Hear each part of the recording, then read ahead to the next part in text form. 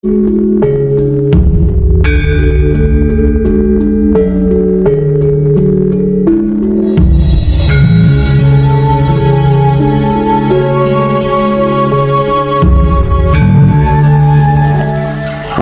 gaya hidup, ya kan, bahwa segala sifatnya kematerian itu akan menjadi sebuah peningkatan derajat di dalam diri kita, hidup kita di mata manusia tapi bukan di mata Tuhan, kan ngono to. Gitu, Mas. Saiki orang melihatnya kan ingin diangkat derajatnya di mata manusia, tapi alangkah tipisnya ketika ingin diangkat derajatnya di mata Tuhan. Nah, kan? Kita takut menderita di hadapan manusia, tapi tidak takut menderita di hadapan Tuhan. Nah, ya lah. Mas, kita kembali ke konsep perubahan peradaban baru. Secara tidak langsung, kalau kita sudah mencapai atau bahkan sudah sampai di zaman peradaban baru, secara otomatis kan bangkitnya ajaran Budi kan. Nah ya itu ya. Kalau kita sudah mencerminkan level-level tadi, Budi, ajaran Jawa kan juga bangkit kembali. Mungkinkah nanti kalau sudah kita hidup di zaman peradaban baru yang dipakai untuk bahasa sehari-hari, bahkan bahasa nasional, karena ajaran Jawa dianggap lebih mulia, itu kita pakai bahasa Jawa. Bahasa Jawa pasti ya, pasti. Nanti Mas, penyesuaian kalau itu masalah bahasa.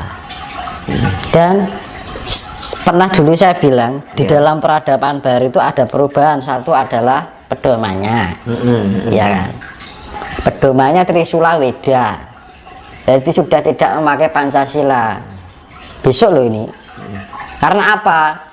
Besok di peradaban baru itu sudah tidak sifatnya sudah universal. Tidak disekat-sekat yang sifatnya bangsa-bangsa, karena selama terciptanya sifat bangsa-bangsa ini akan timbul yang namanya kompetisi, ya kan, saling berebut kejayaan, ya kan, nilai kan, berkompetisi terus itu yang akhirnya timbul bangsa. Itu akhirnya apa?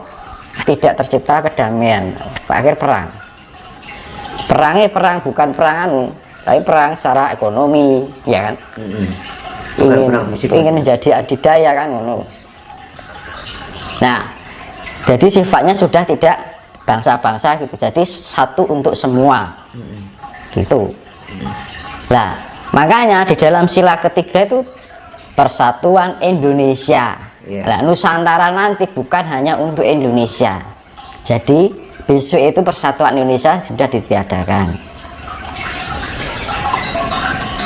Itu dijadikan satu di dalam ketuhanan yang Maha Esa. Itu kalau Pancasila itu sebenarnya diambil dari satu, Hamemayu Hayuning Bawono, ketuhanan yang Maha Esa. Kedua, Hamemayu Hayuning Sasomo, kemanusiaan yang adil dan beradab. Hamemayu Hayuning Bangsa, persatuan Indonesia. Permusyawaratan perwakilan mau Hamemayu Hayuning keluarga, keluarga.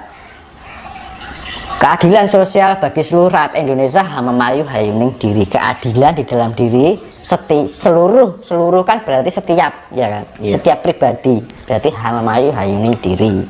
Nah, dikarenakan peradaban baru ini sifatnya universal, global, satu untuk semuanya, ya namanya Nuswantoro. Nuso itu kan artinya wilayah, ya, toro yang sifatnya luas, jadi sifatnya global universal. Jadi Nuswantoro itu buat untuk semuanya kan, untuk Mas. Nah, sudah tidak memakai persatuan Indonesia karena juga namanya sudah nggak Indonesia lagi, gantinya Nuswantoro, persatuan Nuswantoro kan lagu, ya kan. Berarti gini Mas, tidak menutup kemungkinan bahwa agama-agama itu nanti akan jadi satu. Bentar, saya selesaikan ini dulu. Jadi limo kan ponco, ponco sulo kan trisuluan, dasar. Panca ini limo, sulo ini dasar, ya kan. Kalau di bahasa Indonesia kan Pancasila. Nah, nanti diganti ponco apa trisulo, ya kan. Tiga sulo itu dasar, tiga dasar. karena sifat dasar ini cipta rasa kabeh Brahma Wisnu Siwa IQ SQ EQ, yaitu penciptaan, pemelihara, pelebur. Itu 3 konsep yang sifatnya ketuhanan, 3 sifat yang trimurti, 3 sebenarnya tunggal terbentuk dalam 3 sifat. Nah, yang sebenarnya adalah tunggal, itu yang namanya Trisula Wedo. Nah, yang sila keempat itu kan permusyawaratan itu sudah dijadikan satu dengan sifatnya Hamemayu Hayuning keluarga. Berarti kan sudah dijadikan satu di sila kedua, yaitu Hamemayu Hayuning Sasomo. Kan sama aja, kan gitu loh. Persatuan Indonesia sudah sifatnya global lagi dijadikan satu Hamemayu Hayuning Bawono, sifatnya bumi, ya gitu kan. Berarti nanti cuma 3 ya. Jadi Hamemayu Hayuning Bawono, Hamemayu Hayuning Sasomo, Hamemayu Hayuning Diri. Ya, Hamemayu Diri itu berlaku untuk setiap pribadi. Kan keadilan sosial bagi seluruh rakyat Indonesia, bagi seluruh berarti setiap pribadi manusia. Ya, jadi sudah hanya menjadi 3 yang namanya Trisula Wido. Ya.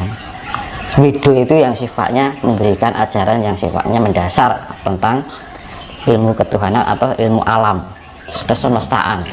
Nah, terus gini Mas, untuk tata ketatanegaraan bagaimana nanti? Nah, untuk ketatanegaraan sama tata pemerintahan kalau kita sudah masuk ke zaman perubahan baru itu bagaimana nanti? Berubah total. Berarti nggak ada sistem presiden. Jadi, nah nanti personilnya sudah ganti semua. Lah orang mulka kan pembersihan anggaran murka. Lah mayoritas pelaku yang bergerak di atas sekarang gimana? Berarti nanti akan ada yaitu yang menerus sih satrio pinilih ki mau Mas. Gitu. Sing penerus sih satrio ki mau. Jadi nanti alam yang menentukan Mas ya. Nah, justru orang yang tidak berkecimpung di dunia kepemerintahan, dan itu kembali pada sistem kerajaan, bukan kerajaan, sistem kerajaan. Nah, sistemnya juga dipakai adalah Mojopahit.